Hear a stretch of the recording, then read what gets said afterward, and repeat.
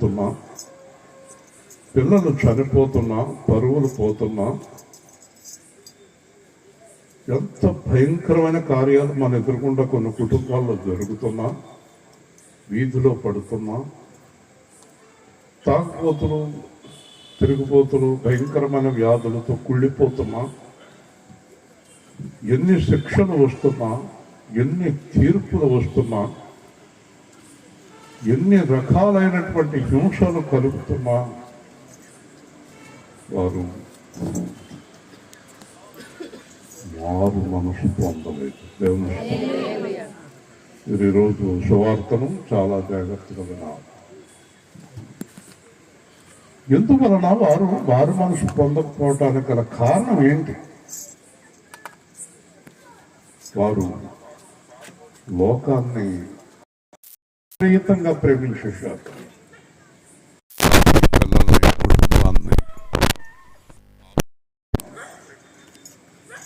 ఈరోజు సేవకులని విశ్వాసులని లేదు. వారి ప్రేమంతా లోకం. ఏం చేసినా మనవరాలు కదా, ఏం చేసినా నాకు మనవడు కదా, ఏం చేసినా మా ఆయన కదా.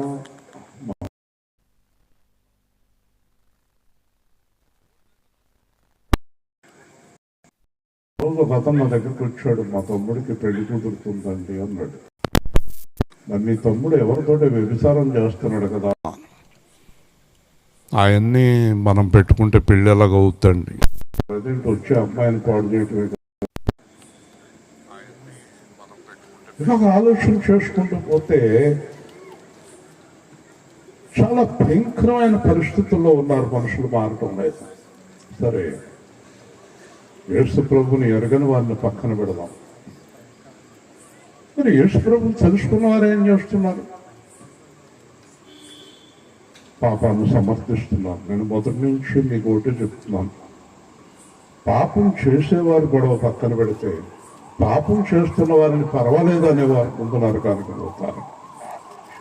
తమ్ముడైనా, కొడుకైనా, భార్య అయినా, కూతురైనా, పాస్టర్ అయినా, ఎవరైనా సరే మీరు ఏం చేయాలంటే, మీరు చేస్తున్నది పాపం.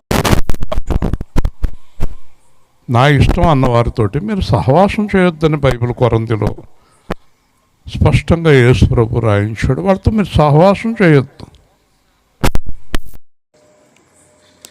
పాపాత్మతో సహవాసం చేయొద్దు. తిరిగిపోతుందో ఆ భయంకరమైన పనులు చేస్తున్న వారితో మీరు సహవాసం చేయొద్దు. మీకు ఎన్ని శ్రమలు కలుగుతున్నా, ఎన్ని నిందలు కలుగుతున్నా, పరువు పోతున్నా, బయట సమాజంలో పరువు పోతున్నా కూడా మీరు వాళ్ళనే సమర్థించుకుంటూ వాళ్ళని కలిసి తిరుగుతున్నారు. కాబట్టి దేవుడు ప్రకటన గ్రంథం అంటే చివరి గ్రంథం, తీర్పు గ్రంథం. దేవుడు చివరిదాకా అవకాశం ఇస్తాడు. మనం ఆరాధన చేసుకున్నాం, చచ్చిపోయే రోజు వరకు కూడా దేవుడు అవకాశం ఇస్తాడు. మారుతారేమో అని. మారలేదనుకోండి, చాలా బాధగా నరకానికి పంపుతాడు. ఒక్కసారి ఆలోచించండి మీరు. దేవుడు మనలను నరకానికి పంపాలి అనుకుంటే ఆయన వచ్చి ఎందుకు ప్రాణం అర్పించాడు? దేవునిస్తూ ఆయన ప్రాణం అర్పించడంలో మర్మం ఏంటి చెప్పండి? ఎవ్వరు చెప్పండి? అదే కదా, ఎవ్వరూ నరకానికి వెళ్ళకూడదు అనేది దేవుని హృదయంలో ఉన్న ఉద్దేశం. మీరు ఆలోచించండి. మీకు 3 పిల్లలు ఉన్నారు, 3లో ఒకడు పోయినా పర్లేదు అనుకుంటారా? 3 బాగుండాలని. మనంతా దేవుని పిల్లలం కదా, మనందరం బాగుండాలని కదా దేవుని ఉద్దేశం. సంఘంలో 10 మంది నాశనం అయిపోయినా పర్వాలేదని పాస్టర్ గారు అనుకుంటాడా? ఆ 10 మంది గురించే మాట్లాడతాను నేను చాలా ఎక్కువగా. వాళ్ళు కూడా మారాలి అని. కానీ ఎంత అలవాటు పడిపోయారంటే పాపానికి, దాన్ని విడిచి బయటికి రాలేనంత భయంకరంగా అలవాటు పడిపోయారు. మళ్ళీ అదే చేస్తారు, మళ్ళీ అదే చేస్తారు, మళ్ళీ అదే చేస్తారు. ఎన్నిసార్లు చెప్పినా మళ్ళీ అదే. కుక్క తన వాంతికి తిరిగినట్లు, పంది తన పొరతలో దొరికినట్టు. యేసు ప్రభు ఏం చెప్పారు తెలుసా? మీరు సువార్తను ప్రకటించవలసింది నెంబర్ 1 మారు మనసు, నెంబర్ 2 పరలోక రాజ్యం. దేవుని ఈ రెండే ప్రకటించమన్నాడు దేవుడు. మారు మనస్సు ప్రకటించండి, పరలోక రాజ్యాన్ని ప్రకటించండి. కాబట్టి మారు మనస్సు పొందకుండా దేవుని రాజ్యానికి ఎవ్వరూ వెళ్ళరు. మారు మనస్సు అనే దానికి అర్థం ఏంటంటే నేను ఇంకా పాపం చెయ్యను అని అనుకునే మనసు. దేవుని ఇది మారు. ఏం జరిగినా, ఏమైపోయినా, నా ప్రాణం అయిపోయినా, నాకు అన్ని కోల్పోయినా, ఏం జరిగినా నేను పాపం చేయను, అబద్ధవాడిని మోసం చేయను, ఎవరిని దొంగిలించను, ఎవరితో నాకు అక్కర్లేదు, నాకు ఉన్నది చాలు. రాత్రి మాట్లాడుకున్నాం. నీతి కొరకు ఆకలి దప్పులు గలవారు పరలోక రాజ్యం. ఆ పాడు తిండి కోసం ఆ పాపం చేసేస్తున్నారు, అబద్ధాలు ఆడేస్తున్నారు, మోసం చేసేస్తున్నారు, చాలా మోసం చేస్తున్నారు. ప్రతి విషయంలోనే మోసం. ఇప్పుడు ప్రతి అడుగులోనే మోసం, ప్రతి మాటలోనే మోసం. ఎవరిని నమ్మాలో ఎవరిని నమ్మకూడదు అర్థం కాని పరిస్థితిలో ఉన్నాం మనం. కాబట్టి ఇక్కడ అంటాడు తాము చేయుచున్నా అంటే 9వ అధ్యాయానికి చాలా శ్రమలు పంపించేశాడు దేవుడు. ఇప్పుడు రీసెంట్గా మళ్ళీ చైనాలో మళ్ళీ స్వైన్ ఫ్లూ ప్రారంభమైంది. చైనా హాస్పిటల్ అన్ని కిక్కిరిసిపోతున్నాయి. చైనా నుంచి బయలుదేరి కరోనా వచ్చింది. 4 సంవత్సరాలు చెప్పడం జరిగింది మీకు. ఇది 4 సంవత్సరాలు ఉంటుంది, 2020 నుంచి 24 దాకా ఉంటుంది. ఈ 4 సంవత్సరాలు అయిన తర్వాత కొత్త వ్యాధి వస్తుంది. మళ్ళీ కొత్త వ్యాధి స్టార్ట్ అయింది, బయలుదేరింది. చాలా వేగంగా చనిపోతారు, గుండెలు వెంటనే టక్కన స్టక్ చేసేస్తారు. ఎక్కువగా పిల్లలు చనిపోయే అవకాశం ఉంది. పిల్లలకి తొందరగా సోకుతుంది. మన ఎదురుగుండానే చంటి పిల్లలు చనిపోవచ్చు. మళ్ళీ వస్తుంది, మళ్ళీ బయలుదేరింది. ఇలాగా 10 వ్యాధులు పంపిస్తాడు అని దేవుడు మాట్లాడాడు. ఇది మీరు అనుకుంటున్నారేమో చివరి దినానికి, ప్రభువు రాకడకు సమీప దినాలు, నేను వచ్చే ముందు యుద్ధాలు, కరువులు, భూకంపాలు, తెగుళ్ళు. చాలా ముఖ్యమైన విషయం ఒకటి మనకు అర్థమైపోయిందని వస్తున్నాడని, ప్రేమలు చల్లారిపోవు. ఏమి లేవు ఇప్పుడు, ఎక్కడ ప్రేమ అనేది కనబడదు. కానీ దేవుని ఆవేదన ఏంటంటే యేసు ప్రభు పిల్లలు నరకానికి వెళ్ళకూడదు. అందుకే బోధ కూడా మారిపోయింది. పాస్టర్ల బోధలు కూడా పరిశుద్ధత గురించి కానీ, నరకం గురించి కానీ, పరలోకం గురించి కానీ చెప్పడం మానేశారు. ఎందుకంటే వాళ్ళు కూడా మారిపోయారు, చెప్పరు. చెప్తే సంఘాలు ఆదాయాలు పడిపోతాయి, సంఘాలు మానేస్తారేమో, అందరిలాగే మనం చెప్పుకుంటూ పోదాం. కానీ యేసు సేవా కేంద్రం యేసు ప్రభు రాకడ వరకు ఎప్పుడు పాపాన్ని ఖండిస్తూనే ఉంటుంది. దేవుని అదే నిజమైనటువంటి సువార్త. కాబట్టి మారు మనసు పొందని ఎడల మీరు నశింతురు. వాళ్ళట ఎన్ని కష్టాలంటే, అక్కడ మనం 18వ వచనం చదివితే కనుక 18వ వచనం 9వ అధ్యాయం. ఈ 3 దెబ్బల చేత అనగా వీటి నోళ్ళలో నుండి బయలువెలుచున్న అగ్ని దోమగంధకముల చేత మనుష్యులలో 3వ భాగము చంపబడి, ఆ గుర్రముల బలము వాటి నోళ్ల యందును వాటి తోకల యందును ఉన్నది. ఎందుకనగా వాటి తోకలు పాముల వలె ఉండి తలలు కలిగినవైనందున వాటి చేత అవి హాని చేయను. 3 భాగాలు చచ్చిపోయారు, 3వ భాగం చచ్చిపోయారు వాళ్ళు ఎదురుకుండా. ఏమయ్యా, నువ్వు తాగుడు మొదలెట్టాక నీ జీవితం పోయింది, నీ ఇంట్లో నీ కూతురు జీవితం పోయింది, నీ కొడుకు జీవితం పోయింది, నీ కుటుంబం అంతా నాశనం అయిపోయింది. తాగుడు మానవ మానంట, చచ్చిపోయినా మానంట. చూసారా, మొత్తం జీవితాలన్నీ పోయినాయి నీ తాగుడు వల్ల, అయినా మానండి. నీ ఎదురుగుండా చాలా మంది చచ్చిపోయారు నీ తాగుడు వల్ల, అయినా మానండి. నీ వ్యభిచారం వల్ల చాలా మంది జీవితాలు పోయినాయి, నీ దొంగతనాల వల్ల, నీ అప్పుల బాధల వలన అనేక జీవితాలు నాశనం అయిపోయింది. నేను మానండి, ఆ దరిద్రుడితో ఉండదు మానవ. ఆ దరిద్రుడైనా నాకు నాకు కావాల్సినాడు అండి. వాడు దరిద్రుడైనా ఎంత చండాలవాడైనా నాకు ఇష్టం అండి. నేను ఆడితోటే ఉంటాను. మరి నీ పిల్లల జీవితాలు పోతాయండి. అసలు నాకు సంతోషం కావాలి, కానీ నా పిల్లల జీవితం కూడా నాకెందుకండి? నీ పిల్లలు రోడ్డు పడ్డా నీకు ఏమైనా బుద్ధి వచ్చిందా? రాదండి, బుద్ధి రాదండి. మళ్ళీ అవకాశం దొరికితే మళ్ళీ చేస్తాను. నీచమైనటువంటి బుద్ధులు కలిగి పాపాన్ని బాగా ఇష్టపడి పాపం దేవుడు వాళ్ళు ఎదురుకుండా ఎంతో మందిని చంపేస్తున్నాడు. కొడుతున్నాయంట జంతువులు, కొడుతున్నా కూడా వారు మారు మనసు పొందలేదు. ఎన్ని నష్టాలన్నా కలగమండి. అవి విచారం వల్ల వచ్చింది హెచ్ఐవి లాంటి భయంకరమైన రోగం, ఎముకలు కుళ్ళిపోయే రోగం రానివ్వండి. మామూలు కుటుంబం అంతా నాశనం అయిపోయింది. నాశనం అవునండి. మేము మారం, మేము అలాగా ఉంటాం. మానం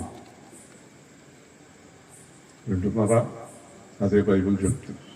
ఓకే, మనకు జ్ఞానం తెచ్చుకుని మనం దేవుడి మాటలు విని మనం మారాలి. అందుకే దేవుడు ఎంతకాలం బుద్ధి చెప్తాడంటే బ్రతికున్నంత కాలం బుద్ధి చెప్తా ఉంటాడు. దేవుని స్తోత్రం. ఏదో ఒక రోజున వారి హృదయం మారుతుందేమో, ఏదో ఒక రోజున పాపం నుంచి నేను బయటపడాలనే నిర్ణయానికి వస్తారేమో, ఏదో ఒక రోజున ఈ పని చేయకూడదని నిర్ణయానికి వస్తారేమో అని దేవుడు తన రాకడ గురించి ఆలస్యము చేయవాడు కాదు. అంతటా అందరూ వారు మనసు పొందాలని ఆయన ఆలస్యం చేయించున్నాడు. గట్టిగా చూసారా? ఎవరైనా అంతే కదండి, మారతారేమో అని కనిపెడతారు కదండి. మారతారేమో అదే కదండి ఆశ. ఆ ఆశ లేకపోతే ఏ మానవుడు జీవించలేడు. కాబట్టి దేవుడు కూడా అదే ఆశ కలిగి ఉన్నాడు. ఏదో ఒక రోజున వీళ్ళు చేస్తున్న దరిద్రపు పనులు మానేసి బుద్ధి తెచ్చుకుని నా వైపు తిరుగుతారేమో అని దినమెల్లా నేను చేతులు చాపుతున్నాను. హల్లెలూయా. ఎవరి వైపు తిరిగాను? దేవుడి వైపు. తప్పిపోయిన కుమారుడు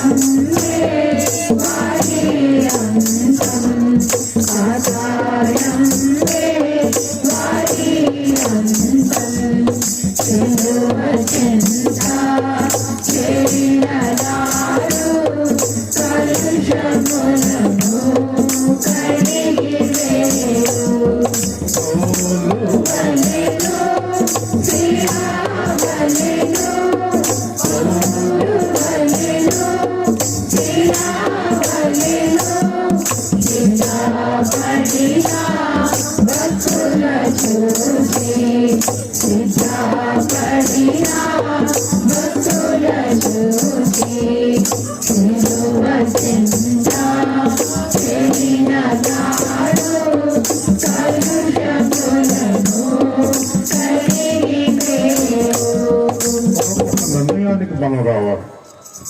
ఎలాంటి నిర్ణయం అంటే నా కుటుంబంలో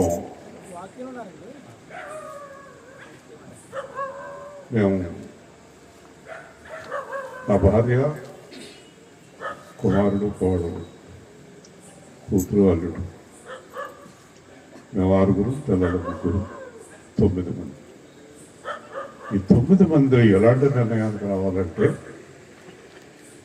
నేను 8 మంది నాతో వచ్చినా రాకపోయినా నేను యేసుతో వెళ్తున్నాను.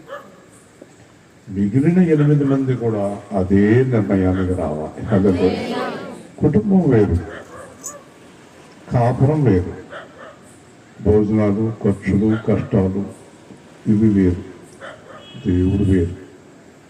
దేవుడి కొరకు జీవించే కృత నిశ్చయముతో మనం ఉంటాం. అంటే ఈ ఇంట్లో నువ్వు ఒక్కడివే, నువ్వు ఒక్కదానివే ప్రత్యేకమైన దానివా అంట. అవును, నేను దేవుడి కొరకు జీవించడానికి నిర్ణయించుకున్నాను.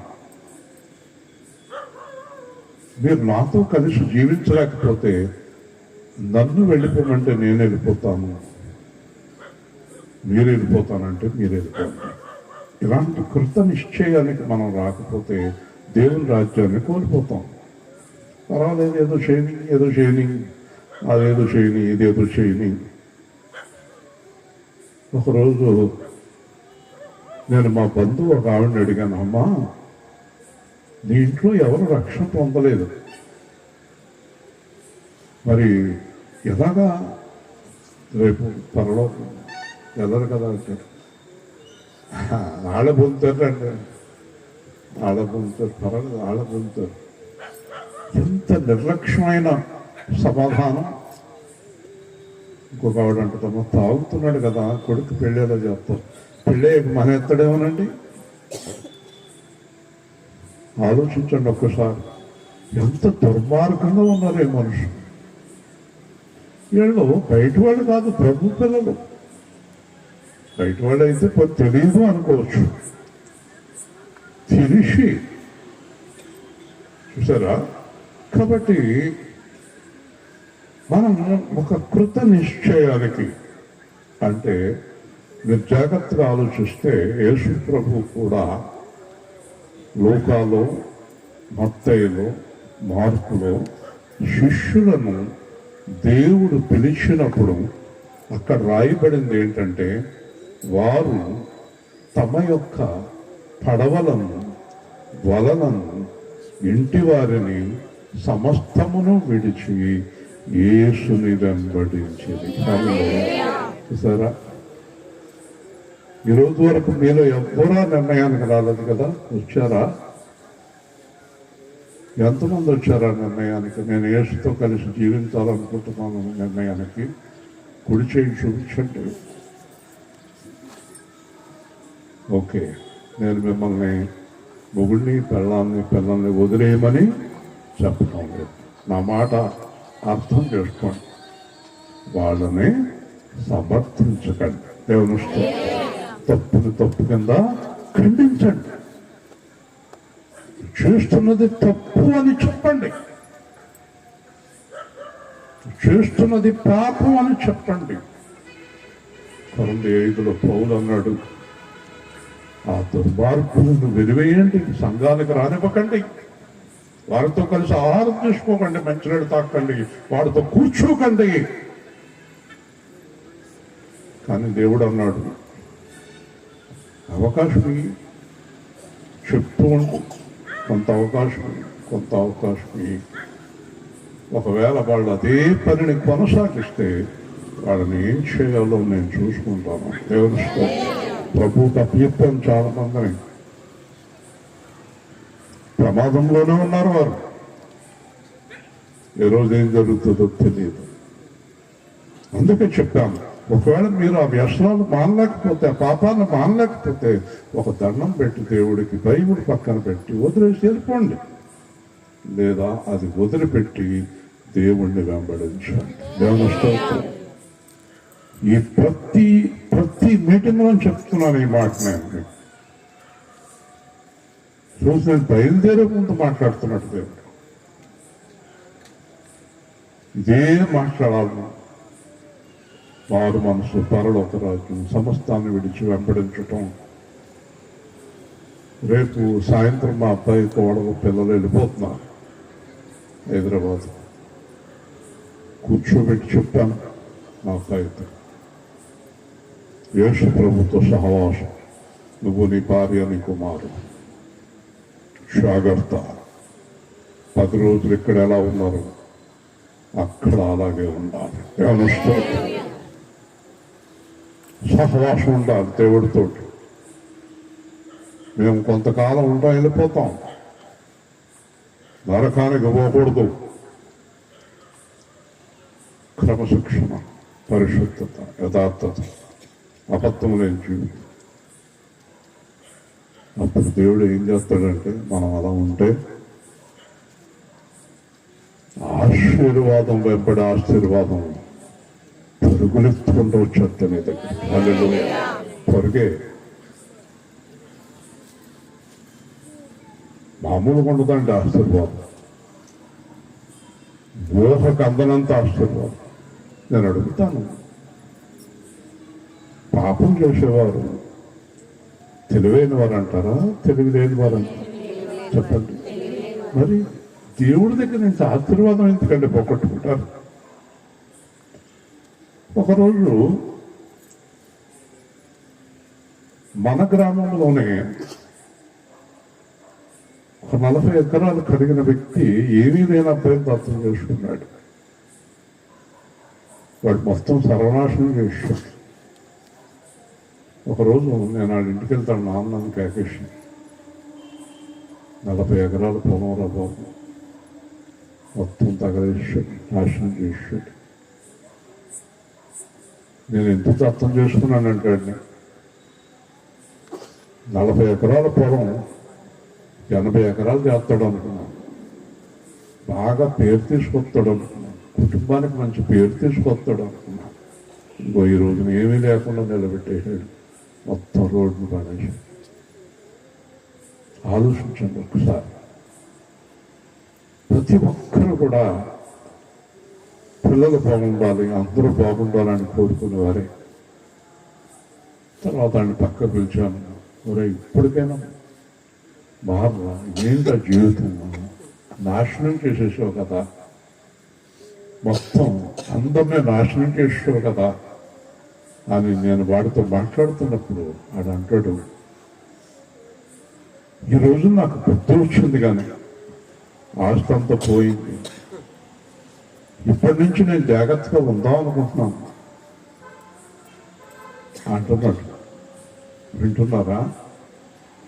మనిషి అంటే ఎప్పుడూ అతనికి బుద్ధి వచ్చి ఉంటే అవన్నీ నిలబడేవి.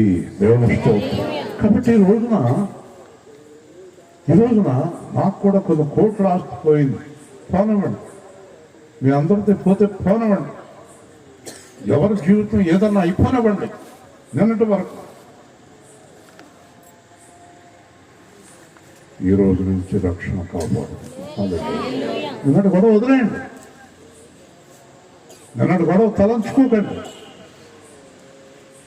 నిన్నటి గొడవ ఎందుకు మాట్లాడుకోవాలంటే ఈరోజు బుద్ధి రావాలని, అతను మాట్లాడవలసిన అవసరం లేదు.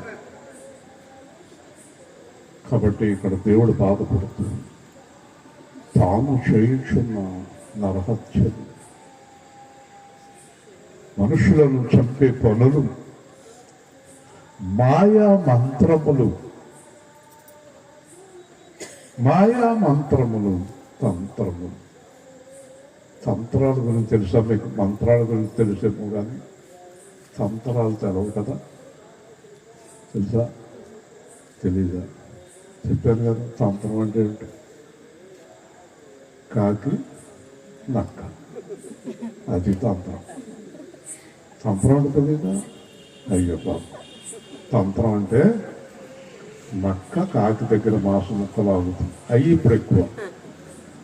ఇందాక యూట్యూబ్లో ఒకటి చెప్తున్నాడు, మీరేం కష్టపడద్దు, మీ డబ్బు బ్యాంకులో పెడితే నెలకు ఎంత వస్తుందో చెప్తున్నాను, చూసుకోండి, కదలకుండా కూర్చోండి.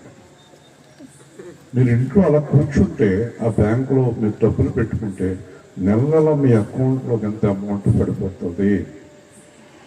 అది అయిపోయిన వెంటనే కింద ఇంకొక ఆయన చెప్తున్నాడు, మీకు శరీరంలో ఎలాంటి రోగం వచ్చినా ఇన్సూరెన్స్ ఉంది. కదలకుండా ఉన్నవాడికి ఏమవుతుంది? ఆ డబ్బు ఇన్సూరెన్స్. అంటే కదలకుండా పడుకుని ఏం చేయించుకోవాలి? ఆపరేషన్ చేయించుకోవాలి. ఆపరేషన్ ఎవరిస్తారు? డబ్బు వాళ్ళు ఇస్తారు. అంటే నువ్వు కదలకుండా కూర్చుంటే బ్యాంకు డబ్బులు ఎత్తుంది, ఇన్సూరెన్స్ డబ్బులు ఎత్తుంది, ఇంక పన్నెండు వ్యక్తికి పడుకో. అంతేనా? మూడో వ్యక్తి పెద్ద డాక్టర్ గారు, నాకు కూడా తెలుసు. ఆయన చెప్తున్నాడు, ఈ రోజున రోగాలకి కారణం ఎవ్వరు పనిచేయట్లేదు. ఒక 40 సంవత్సరాల కిందట పూర్వం తీసుకుంటే ఏ రోగం లేదు, అందరూ కష్టపడేవారు. ఇప్పుడు కష్టపడకుండా ఎలా జీవించాలని చూస్తున్నారు కనుక రోగాలు వచ్చినాయి. ఆయన అంటున్నాడు, రాత్రి పగలు కష్టపడి జీవించండి, రోగం వస్తేనన్నాడు. హల్లెలూయా. చూసారా, యేసు ప్రభు ఏం చెప్పాడు? 6 రోజులు పని చేయమన్నాడు, ఒకరోజు నాతో గడపండి అన్నాడు. అయ్యగారు ఏం చేస్తారు? ఒక్కరోజు ఆయనతో గడుపుతారు, 6 రోజులు తాళనేస్తారు. కాబట్టి నేను 7 రోజులు పని కల్పించుకోవడానికి ప్రయత్నం చేస్తున్నాను. హల్లెలూయా. ఎందుకంటే అలా చేస్తున్నారు? నెలంతా సువార్తలను అడుగుతున్నారు. వాళ్ళు ఏం చేయరండి. క్రిస్మస్ రోజున happy happy happy happy Christmas అని కేకులు తినేసి దున్నపోతులను తోడుకుని చూడండి మనం ఎంత సువార్త చూసాం. ఇదంతా మనకి బ్యాలెన్స్ పరలోకం పంపిస్తాడు అభివృద్ధి కోసం. ఏమనుకో. కాబట్టి మాయా మంత్రములు, తంత్రములు, చోరత్వములు. చారత్వం అంటే వ్యభిచారం, చోరత్వం అంటే దొంగతనం. జారత్వం, చోరత్వం, దొంగతనాలు, వ్యభిచారాలు, హత్యలు, మాయా మంత్రములు ఏ మానలేదు. దేవుని స్తోత్రం. మానారు లేదో మనమే తెలుసుకోవాలి. నేను మానానో లేదో నేనే తెలుసుకోవాలి. నువ్వు మారేవో లేదో నువ్వే తెలుసుకోవాలి. ఇంతకీ ఈ ప్రకటన గ్రంథములో ఇన్ని శ్రమలు దేవుడు ఎందుకు పంపించాడంటే అక్కడ మనకు క్లియర్గా కనిపిస్తుంది ఏంటంటే వారు మారు మనసు పొందుతారేమో అని. హల్లెలూయా. ఎందుకు పంపించాడట శ్రమలు?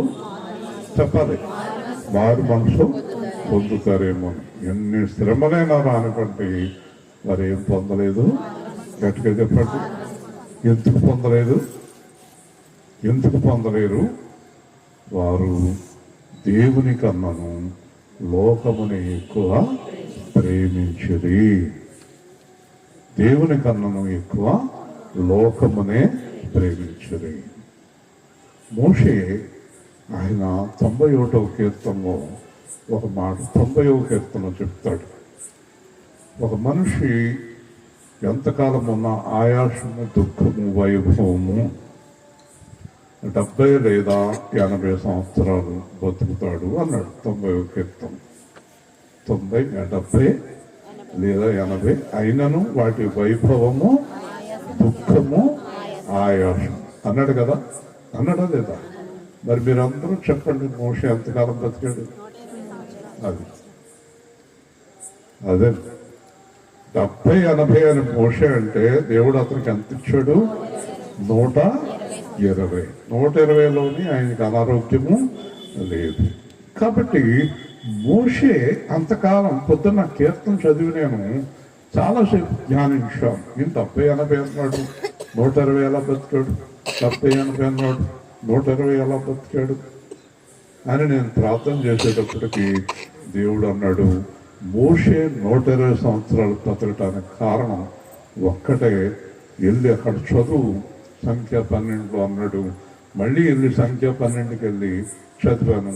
మోషే ఇంతకాలం బతకటానికి కారణం నా ఇల్లంతటిలోని నమ్మకమైన వాడు. గట్టిగా చెప్పాలి. 120 ఏంటి, 200 ఏంటి, 300 ఏంటి? ఎంత కాలమైన బతికిస్తాడు. మీలో హఠాత్తుగా చావకూడదు అనుకున్న వాళ్ళందరూ అవుతారు. ఆయనకు నమ్మకముగా ఉండండి. హల్లెలూయా చెప్పండి. నేను దేవుడికి నమ్మకముగా ఉండాలి. నమ్మకమైన వానికి దీవెనలు మెండుగా కలుగు. కాబట్టి ఈరోజు నా సందేశం ఏంటంటే విడిచిపెట్టాడు. అదేంటి? ఏం విడిచిపెట్టాలి? ఆయనకి ఇష్టం లేదంతా విడిచిపెట్టాడు. హల్లెలూయా. ఆయనకి ఇష్టం లేదంతా విడిచిపెట్టాడు.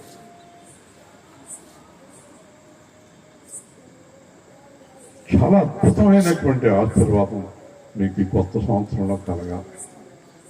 ఈ నూతన సంవత్సరంలో మన జీవితాలు అద్భుతంగా మారిపోవాలి.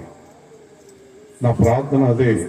మన సంఘం అంతా కూడా ఒక అద్భుతమైన సంఘముగా, ఆశ్చర్యకరమైన సంఘముగా, మోషే నా ఇల్లంతటిలోని నమ్మకమైన వాడు.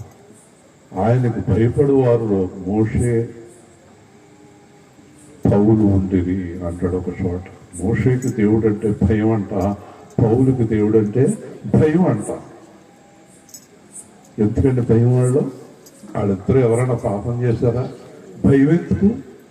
యస్, దేవుని యందు భయభక్తులే జ్ఞానమునకు మూలము. హల్లెలూయా. దేవుని యందు భయభక్తులు గలవారు పాపం చేయలేడు.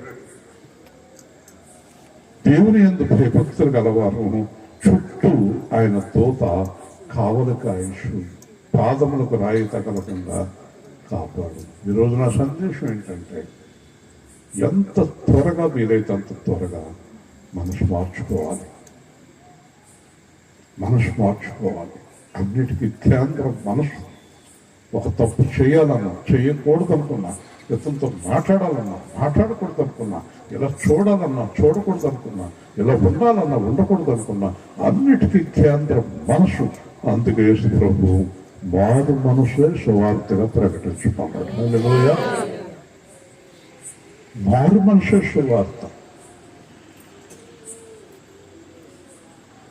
దానియేలు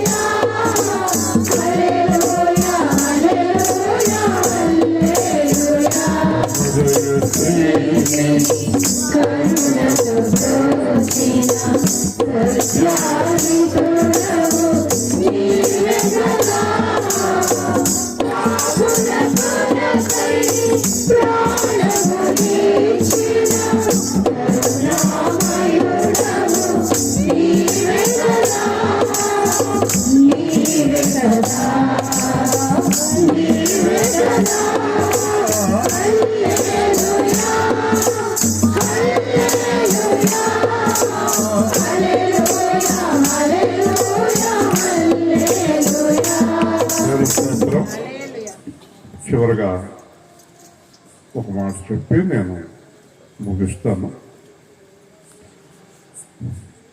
21వ అధ్యాయం ప్రకటన గ్రంథం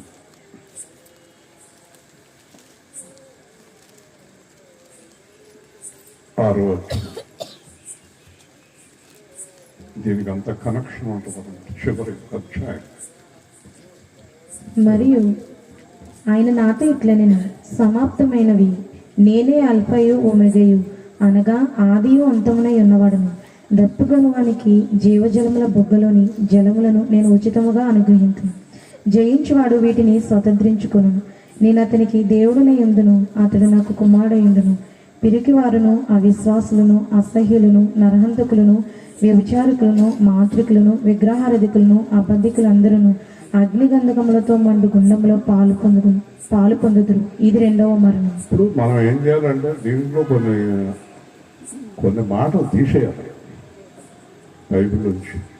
అప్పుడు మనకి ఇబ్బంది ఉంది. తీసేద్దాం. తీసేస్తే ఏం చేస్తున్నాడు? నరకంలో పడాడు. మరి బైబిల్లో రాసిన మాటలు ఎవరయ్యే? మరి ఎవరు కొత్తగా చెప్తున్నాడు చూస్తారు కొంతమంది కదా. ఎక్కడి నుంచి తీసుకొచ్చి చెప్తామండి మేము బైబిల్లో లేకుండా? ప్రకాష్ రాజమండ్రిలో వాక్యం చెప్తుంటే కొత్తగా చెప్తున్నాడు ఏంటి అంటున్నారంట. బైబిల్ కొత్తగా చెప్తున్నాడు అంటే పాపం చేయొద్దనే మాట కొత్తగా అనిపిస్తుంది వాళ్ళకి. చాలా మందికి సంఘంలో ఇలా చేయొద్దు, ఇలా చేయొద్దు, మమ్మల్ని ఎంతంత మాట్లాడుతున్నారు అనుకోవటమే తప్ప వారు మనసు పొందాలన్న ఆలోచన వాళ్ళకి రావట్లేదు. ఒక ఆవిడేమో నన్నే అంటున్నాడు అంటది, అలా చూస్తున్నాక పక్కన ఉన్న ఆవిడ అంటది, మరి నిన్నే అంటున్నాడు.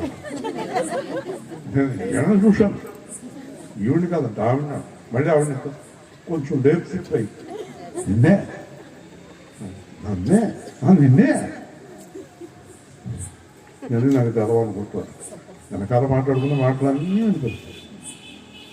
కాబట్టి యేసు ప్రభు స్వయంగా చెప్పే మాటలు విని ఇంటికి వెళ్దాం. ఆయన స్వయంగా చెప్తున్నాడు, నేనే ఆదియు అంతము. చూసారా? ఆయనే తీర్పు తీర్చువాడు. ఎవరిస్తూ ఆయన చిత్తం లేకుండా ఎవరు పరలోకానికే వెళ్ళరు. పోనీ ఇక్కడే ఇంకో మాట రాసుంటే మనం సంతోషిద్దాం. మీరు ఎలా ఉన్నప్పటికీ నేను మీరు పరలోకము తీసుకువెళతానని రాశాడా? మరి ఎందుకు ఏంటి ఉద్దేశం ఏంటి చెప్పండి. శక్తి అనుకుంటున్నారా? మందిరంలో కొత్త అనుకుంటున్నారా? పరలోకం అంటే ఎలాగున్నా పర్లేదని కాదండి. ఖచ్చితంగా ఆయన అందుకే చెప్తున్నాడు, దప్పి కొని వారికి జీవజలముల బుగ్గలోని జలములు ఉచితముగా అనుగ్రహించును. చాలా అద్భుతమైన మాట. గమనిస్తూ దాహం కలిగి ఉండాలట దేవుని వాక్యం మీద, దేవుని రాజ్యం మీద, దేవుడి మీద. మన హృదయంలో ఏముండాలి? దాహం. దాహం అంటే మీరు ఆలోచించండి, మనకి మండు టెంటలో చాలా దాహం అయిపోతుంది కదా. ఇంకా మన హృదయం అంతా దేని మీద ఉండదు, దేని మీద ఉండదు. ఇదిగోనమ్మా నువ్వేం భయపడకు, ప్లేట్ బిర్యానీ తెచ్చి చిచ్చి బిర్యానీ కాదు, అసలు ఏది కాదు. అంత ఏం పడిపోవాలి? నీళ్లు పడిపోవాలి. అంత తృష్ణ దేవుని వాక్యం మీద, పరిశుద్ధాత్మ మీద, రాజ్యం మీద. అలా తప్పుకుని వారికంట అంటే ఎంతసేపు ప్రభువా నీ దగ్గరికి రావాలనే, నీ వాక్యం వినాలి, నీతో ఉండాలనే తప్పిక ఉంటేనంట ఆయన చల్లటి నీళ్లు వంటి ఆయన కృప మన లోపలికి కుమ్మరిస్తానంటున్నాడు. హల్లెలూయా. ఎంత ఇష్టం అంట ఆయన. అలాంటి వాళ్ళు అంట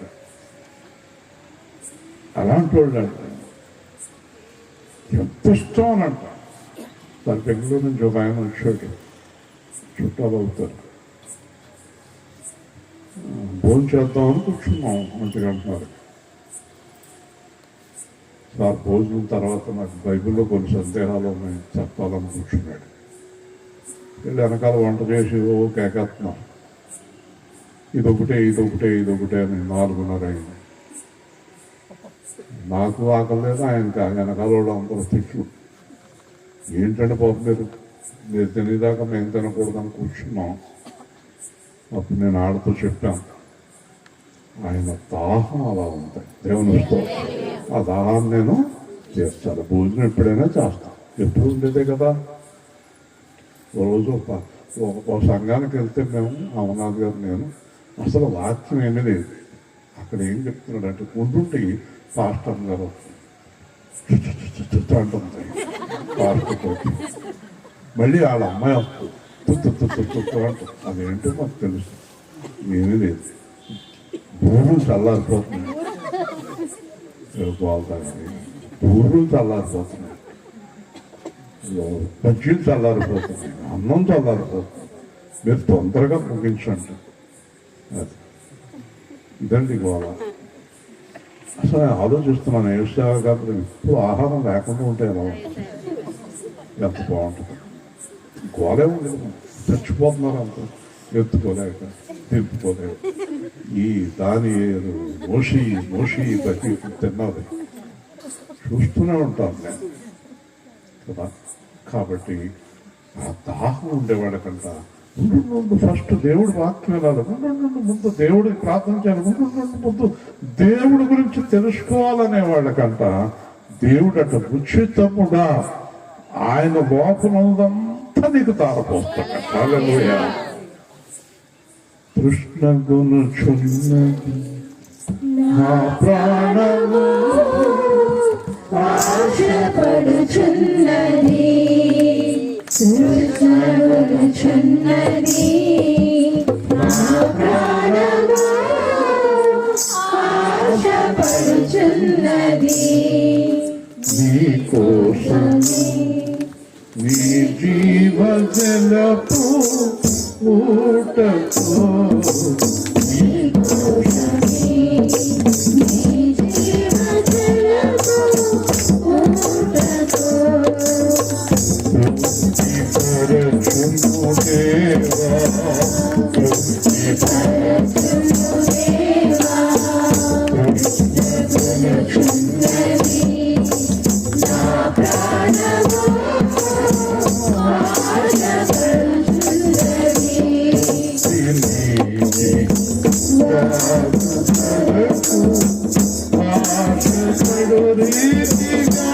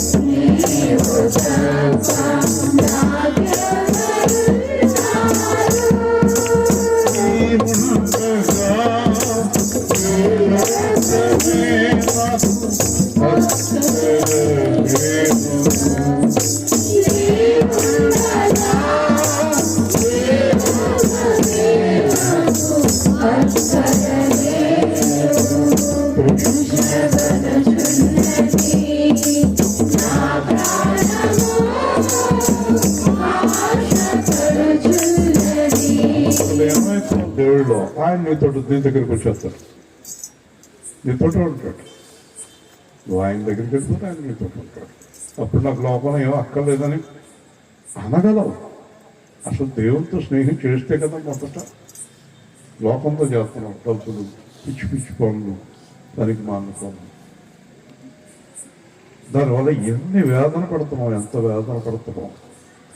డబ్బును కోరుకుంటున్నారు, చుట్టాలను కోరుకుంటున్నారు, తిండిని కోరుకుంటున్నారు, కార్లు మేడలు మిద్దెలు కోరుకుంటున్నారు, గొప్పలు కోరుకుంటున్నారు. దేవుడిని కోరుకోవట్లేదు. ఈరోజు నేను చెప్పదలుచుకున్నది ఒకటే, మీరు దేవుడితోటి ఎంత ఏకం అయిపోతే మీ హృదయం అంత సంతోషంగా ఉంటుంది. హృదయానందము ఆయన కలుగు చేయును. మీరు దేవుడితో స్నేహం చేయకే మీకు ఆనందం దొరుకుతలేదండి. సంతోషం కోల్పోతున్నారండి. ఇంట్లో వాళ్ళలోనే బయట కావాల్సిన వాళ్ళు మీరు ఆనందం ఎదుర్కొంటున్నారు. మీ తరం కాదు, వాళ్ళని ఆనందపరచడం ఎవరి తరం అవుతారు? పెట్టినాడు పెట్టకపోతే వాళ్ళతో నీకు బతిలేదు, నీకు ఆనందం ఏం దొరుకుతుంది? ఎక్కడికి దొరకదు. ఒక ఆవిడ అన్ని పెట్టిందంట టేబుల్ మీద, అన్ని రకాలు పెట్టింది. మూతి పొడుక్కోవచ్చు, అదేంటి రేపు పెట్టలేదు, రేపు ఏంటంటే బాబు అన్నీ పెట్టారు. మాకు మీ బతుకంతా ఒక్కళ్ళని ఆనందపరచడానికి ఎంత బాధపడుతున్నారు కదా. ఆయన ముఖంలో ఆనందం చూడాలని, ఆవిడ ముఖంలో ఆనందం చూడాలని ఒక పిచ్చోడు వెనకాల తిరుగుతాడు. వెనకాల తిరిగి పొరపాటున ఒక అరగంట ఆగాడని తిట్టేస్తాడు. ఇంకా ఆనందం అంతా పోయింది. అరగంట ఆగాడు ఎక్కడో, ఒకవేళ అది కూడా ఆవిడ కోసం ఆగాడేమో కూడా, ఎందుకు అయిపోయింది, ఆనందం పోయింది. ఈ కొడుక్కి ఆనందం లేదు. సుప్రీంకోర్టు ఇవాళ గొప్ప తీర్పు ఇచ్చింది. పేపర్ చూడండి, గొప్ప తీర్పు. యేసు ప్రభు స్వయంగా సుప్రీంకోర్టు జడ్జి గారి స్థానంలో కూర్చొని ఆ తీర్పు ఇచ్చాడు. ఈరోజు దేవుడు ఏమని ఇచ్చాడు తెలుసా? ఎవడైనను భారతదేశంలో తల్లి తండ్రులను నిర్లక్ష్యం చేసిన వారి ఆస్తి తిరిగి తల్లి తండ్రులకు ఇవ్వబడము చట్ట ప్రకారం. మొత్తం వెనక్కి ట్రాన్స్ఫర్. ఒక అమ్మ నాన్న వెళ్ళి పోలీస్ స్టేషన్లో కంప్లైంట్ చేస్తే చాలు. ఈరోజు అయ్యా మా పిల్లలకి 2 ఎకరాలు ఇచ్చాం, ఎకరం ఇచ్చాం, 20 లక్షలు ఇచ్చాం, 10 లక్షలు ఇచ్చాం, ఈరోజు మా ఇద్దరికి కూడు లేదని ఏ అమ్మ నాన్న ఇవాళ కంప్లైంట్ ఇస్తే వాళ్ళకి రాసిన ఆస్తంతా గవర్నమెంట్ దగ్గరుండి తిరిగి వాళ్ళకి రాసేసి వాళ్ళని జైల్లో వేస్తానన్నాడు సుప్రీంకోర్టు జడ్జి. ఇది ఈరోజు తీర్పు. జాగ్రత్త. అమ్మ నాన్న వదిలేసి తైతక్కలు ఆడుతున్నారేమో. ఆడకండి, ఆటలు ఆడకండి. ఈ జడ్జిమెంట్ దేవుడిది, దేవుని మనుషులది కాదు. ప్రభు చెప్పారు నాదే ఆ జడ్జిమెంట్. జాగ్రత్త, చాలా జాగ్రత్తగా ఉండాలి మనం.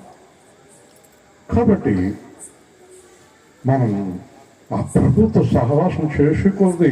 విపరీతమైన సంతోషం పెరిగిపోతుంది మనకి. లోకంతో స్నేహం చేయకండి, అది ప్రమాదకరం. నిన్ను ఎప్పటికీ నీ కూతురు సంతోష పెట్టలేదు.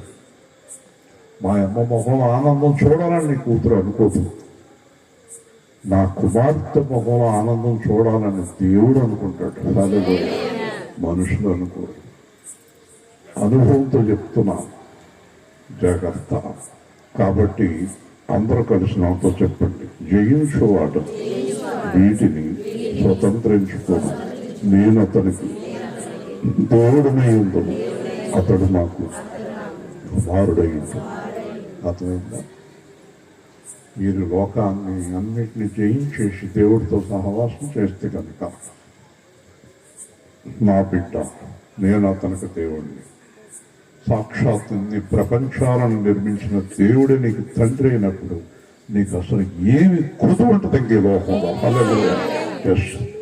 వచ్చే దేవుడి దగ్గరికి నువ్వు మనుషులు సంతోషపెట్టడానికి ప్రయత్నం చేయి. పౌలు అన్నాడు, నేను మనుషులను సంతోషపెట్టగోరుతున్నా, ఎన్నటికీ క్రీస్తు దాసుడను కాను. ఈరోజు పాస్టర్లు 199 మంది సంఘాన్ని సంతోషపెట్టే మాటలు చెప్పే డబ్బులు లాక్కొని పోతున్నారు. నో, దేవుణ్ణి సంతోషపెట్టే బోధ ఉండాలి. హల్లెలూయా. ఎవరిని సంతోషపెట్టాలి? దేవుణ్ణి సంతోషపెట్టాలి. కాబట్టి ఖచ్చితంగా రాయించాడండి దేవుడు. నేను దేవుడినై ఉండాలి నీకు అంటే, నేను నీకు తండ్రినై ఉండాలంటే ఇదిగో ఈ విడిచిపెట్టు, పిరికితనం విడిచిపెట్టు, అవిశ్వాసం విడిచిపెట్టు, అసహ్యమైన పనులు చేయకు, మనుషులను చంపకు, వ్యభిచారం చేయకు, మంత్రతంత్రాలకు వెళ్ళకు, గ్రహారాధన వెళ్ళకు, అబద్ధాలు ఆడు. ఇవి చేసేవారికి నేను దేవుణ్ణి కాదు. హల్లెలూయా. అర్థమైందా? ఇవి చేసేవారు ఎవరైనా వాళ్ళకి నాకు ఒకవేళ పాస్టర్ అయినా కూడా వాడు ఎవడో నేను ఎరగను. చెప్పండి, నేను ఎప్పుడు మాట్లాడేటప్పుడు నన్ను కలుపుకోకుండా ఎప్పుడు ఒక వాక్యం చెప్పలేదు. నన్ను నేను గొప్ప చేసుకుని మీకు ఎప్పుడు వాక్యం చెప్పలేదు. నన్ను కలుపుకొని చెప్తాను. కాబట్టి నేనైనా మీరైనా ఇలాంటి పనులు మనలో ఎవరు చేసినా వారికి దేవుడికి ఏమి సంబంధము లేదు. మీరెవరు నేను ఎరగను. కాబట్టి మారు మనసు పొందండి, దేవుడి వైపు తిరగండి. మనలో ఎవరైతే దేవుడి వైపుకి ఖచ్చితంగా తిరిగారో, నాకు తెలుసు మీ గురించి నేను ఇప్పుడు ఒక చిన్న మాట చెప్పాలని ఆశపడుతున్నాను. అది ఎంతవరకు సత్యం మీరే చెప్పండి. మీకు ఇప్పుడు ఆవేశం వచ్చింది, వాక్యం ఉన్నారు, నిర్ణయానికి వచ్చేసారు, ఏమైనా ఇక్కడి నుంచి ఇలాగే ఉండాలనుకున్నారు. కానీ అలా వెళ్ళేటప్పటికి ఆ నిర్ణయం వెనక్కి వెళ్ళిపోయి మళ్ళీ ఆటో ఇంటికెళ్ళి రేపు నేను చూద్దాం అనుకునేవారు ఎంతమంది చేసేస్తారు. అవునా కదా? అవునా కదా? నిజం చెప్పండి. లేదండి, ఈ నిర్ణయం మరణం వరకు ఉంటుందన్న వారు చేయొద్దు. దేవునిస్తూ జీవం గల దేవుడి పైన ప్రభుత్వం ఈరోజు రాత్రి మీరు మాతో మాట్లాడారు, అనేక మందితో మాట్లాడారు. మేము స్థిరులపై బలము గలవారు, మారు మనసు పొంది ఎవరు మాతో ఉన్నా లేకున్నా మీరుంటారు. మీరు మాకు లోటు చేయరు. మమ్మల్ని విడిచిపెట్టి మీతో కలిసి చివరి రోజు వరకు రాకగా లేదా తోకడి వరకు జీవించే కృపను గ్రహించమని, ఈ సువార్త ఏర్పాటు చేసిన వారిని, పెట్టించుకున్న వారిని దీవించమని ఆయన. మరి రేపు ఉదయం ప్రభు వల్ల కార్యక్రమాలు చక్కని ఆత్మ విధానంలో నడిపించమని యేసు నామములో అడుగుతున్నాం. అమ్మా, వంట ఫలానా వారు రండి అనకూడదండి. అది మనమే వెళ్ళి చేయాలండి. రేపు